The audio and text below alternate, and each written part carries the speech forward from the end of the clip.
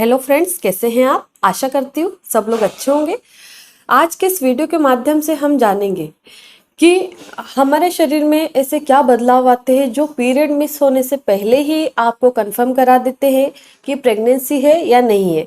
ऐसे कुछ सिम्टम्स के बारे में आज हम डिटेल में बात करने वाले हैं। अगर आप हमारे चैनल पर पहली बार आए तो चैनल को सब्सक्राइब करें, वीडियो को लाइक करें और शेयर करें ताकि आपको ऐसी ही नई नई वीडियो मिलती रहे। जैसे कि हम जानते हैं कि जो कई लोग प्रेगनेंसी रोकने के लिए ट्राई कर रहे हैं या कंसीव करने के लिए ट्राई कर रहे हैं, अब ऐसे लोगों को काफ़ी एंजाइटी रहती है कि अभी हमारा पीरियड आया। लोग काफ़ी महंगा ट्रीटमेंट लेते हैं, इनफर्टिलिटी का ट्रीटमेंट बहुत महंगा होता है। और जिन लोगों को बच्चा नहीं ठहर रहा वो हमेशा यही कोशिश करते हैं कि हमें कैसे बच्चा ठहर जाए, हम ऐसा क्या करें कि इसी महीने हमें प्रेगनेंसी रुक जाए। अब जैसे कई लोगों के मुझे कमेंट्स आते हैं कि मैम हम लेट्रोजोल ले रहे हैं। लेट्रोजोल नॉर्मली हम कंसीव करने के लिए यूज़ करते हैं। तो लोगों का कमेंट्स होता है कि मैं इस मंथ लेट्रोजोल ले रही हूँ, क्या मैं प्रेग्नेंट हो जाऊंगी, क्या मेरा पीरियड मिस हो जाएगा। तो देखिए, हम ये नहीं कह सकते कि आप 1 मंथ में ही कंसीव कर लेंगे। कई लोग कर लेते हैं 1 मंथ में भी कंसीव, और ऐसे कई पेशेंट्स हैं जिनने 1 मंथ लेट्रोजोल लेकर के कंसीव किया है। बट सभी पेशेंट की बॉडी अलग रहती है, सभी की कंडीशन अलग रहती है, सभी का केस अलग अलग रहता है। इसलिए कई पेशेंट को 6 महीने भी लग जाते हैं, किसी को 1 साल भी लग जाता है, किसी को 2 साल भी लग जाते हैं ट्राई करते करते। तो आप माइंड में ये ना रखें कि मैं लेट्रोजोल ले रही हूँ या मैं ट्रीटमेंट स्टार्ट किया और मुझे 1 ही मंथ में कंसीव हो जाए, ऐसा बहुत कम होता है। तो हम जानते हैं कि पीरियड मिस होने से पहले अगर आपको कंसीव हो जाता है तो कौन से लक्षण दिखाई देंगे कि आप क्लियर कर पाए कि हाँ प्रेग्नेंट हूँ या नहीं हूँ।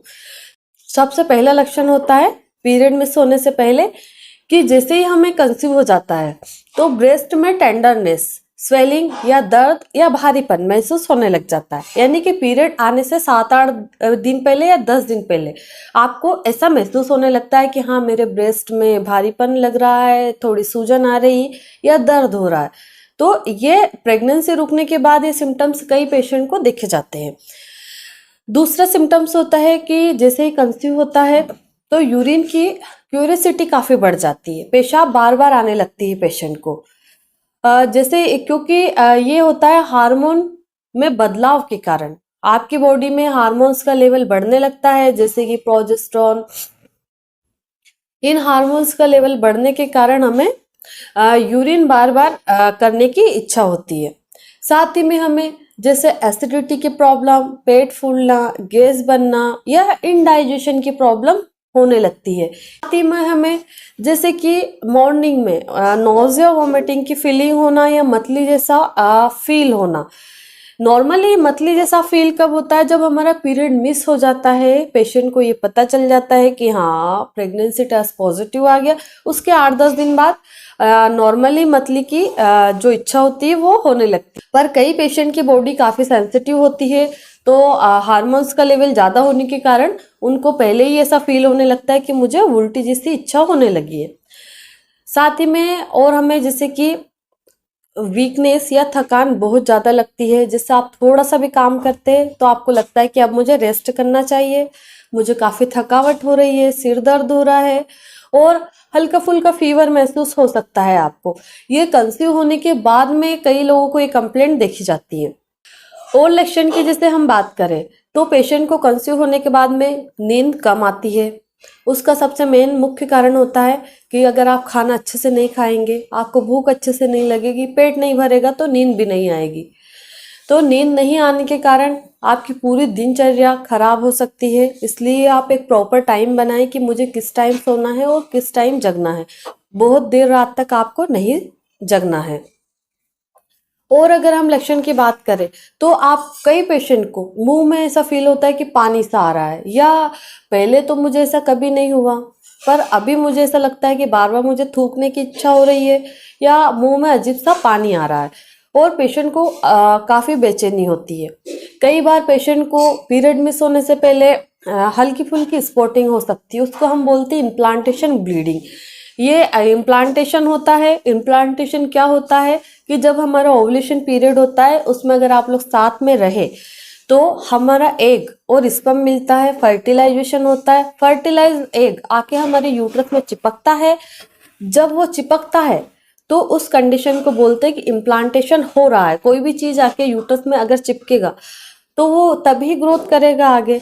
अब वहाँ इम्प्लांटेशन होगा, यानी कि अगर हम ताले में चाबी डाल रहे हैं तो वो अंदर जाएगी तभी जाके फिक्स होगी। तो ऐसा ही होता है कि जब हमारा फर्टिलाइज एग यूट्रस में आके गड्ढा बना के चिपकता है तो उसके कारण हल्के फुल्के ब्लीडिंग हो सकती है, लाइटली ब्लीडिंग होती है, तो उसको हम इम्प्लांटेशन ब्लीडिंग बोलते हैं।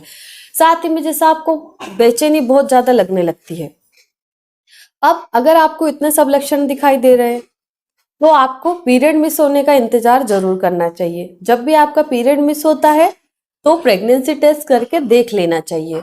अगर आपका प्रेगनेंसी टेस्ट पॉजिटिव आ रहा है तो वो आपके लिए गुड न्यूज़ है कि आप ट्राई कर रहे थे काफ़ी समय से और अभी आपको वो पल आ गया जिसका आप काफ़ी समय से इंतजार कर रहे थे।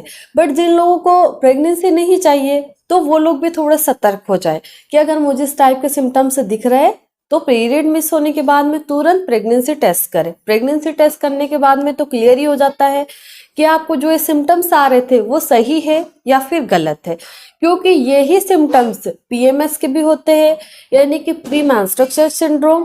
पीरियड आने से पहले कई पेशेंट को पेट में ठंड, दर्द, कमर दर्द और उल्टी जैसी इच्छा होना, वीकनेस लगना, ब्रेस्ट में भारीपन होना, ये कई पेशेंट को होते हैं। ये काफ़ी जेनेटिक भी होते हैं, या कई फीमेल्स को ये 10 में से 3-4 फीमेल्स ऐसी होती हैं जिनको पीएमएस की प्रॉब्लम होती ही है। तो कई बार ये जो सिम्टम्स है ये पीएमएस से मिलते जुलते भी है। तो अगर आपका पीरियड मिस होता है तो क्लियर करने के लिए हमें प्रेगनेंसी टेस्ट करके देखना चाहिए। अगर वो पॉजिटिव आता है तो आप प्रेग्नेंट है, अगर वो नेगेटिव आता है तो आपको, और आपका पीरियड नहीं आता है, डिले होते ही जा रहा है, तो अगेन 5-7 दिन के बाद में फिर से प्रेगनेंसी टेस्ट करके देखिए। अगर फिर भी आपका पीरियड नहीं आता है तो आपको डॉक्टर को दिखाना चाहिए, डॉक्टर से सलाह लेनी चाहिए। ये वीडियो देखते समय आपके मन में कोई भी सवाल हो तो कमेंट्स करके आप हमसे पूछ सकते हैं। धन्यवाद।